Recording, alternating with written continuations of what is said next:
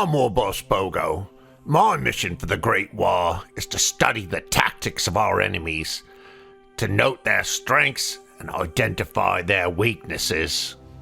In this tactical study, I'll be identifying mistakes that could have or did affect the outcome of the battle between the Ultramarine Intercessors and Navy breachers, and I'll make suggestions regarding what would have been better options.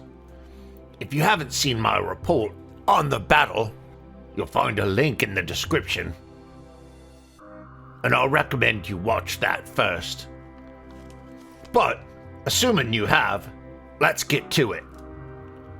The first serious mistake was made by the Ultramarine Sergeant. On turning point 1, the Sergeant smartly moved to and opened a hatch that had been welded shut by the Navy hatch cutter. This minimized the effectiveness of the breacher's attempt to slow the Ultramarines down. But instead of opening the hatch from outside of the hatch cutter's engagement range, the Sergeant specifically placed himself within 1 inch of the hatch cutter. Then, in the next turning point, the Sergeant chose to fight the hatch cutter in combat, and turned out badly for him.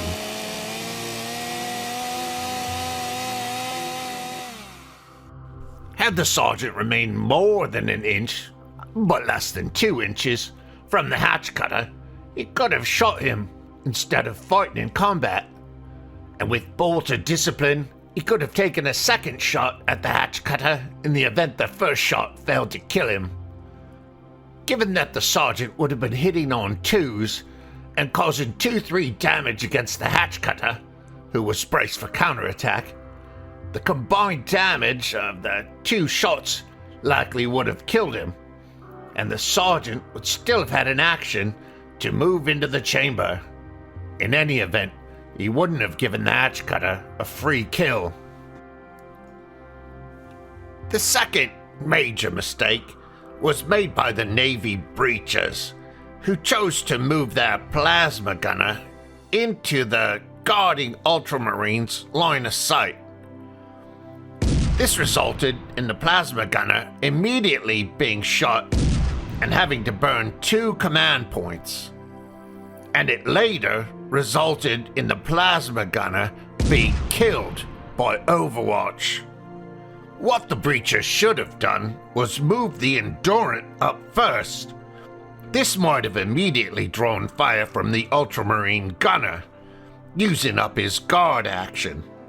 But even if the gunner chose not to shoot, the Endurant could have protected the plasma gunner when he later moved up into base contact. In either case, the Ultramarine gunner would spend his guard action, and maybe his Overwatch, shooting at the Endurant, who was much better able to take it. The breachers would then have maintained a healthier CP reserve and kept their valuable plasma gunner alive a bit longer. The next arguable mistake was when the breacher chief charged into combat with the Doomguy Marine.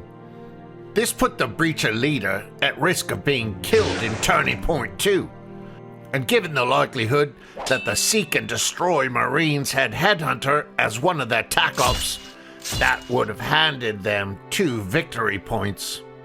On the other hand, charging the Doomguy with both the chief and the armsman may have prevented him from moving to support the Ultramarine in the central chamber and allowing him to claim another one of the corpses.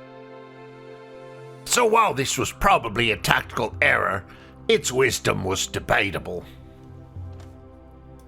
But the biggest mistake of the battle came right after that. Realizing he needed to kill the breacher chief before the end of turning point 2, the Doomguy Marine cleverly used his Angels of Death tactical ploy to perform another fight against the seriously wounded chief. Given that the chief had charged earlier in the turning point, he was no longer subject to brace for counterattack. So 1 regular 3-wound hit from the Doomguy would have killed him, Of course, the Doom guy rolled horribly, but that's where he made a critical mistake. At that point, the Ultramarines still had one unused command point, and the Doom guy only needed 1 3+ to finish the chief without suffering any wounds in return.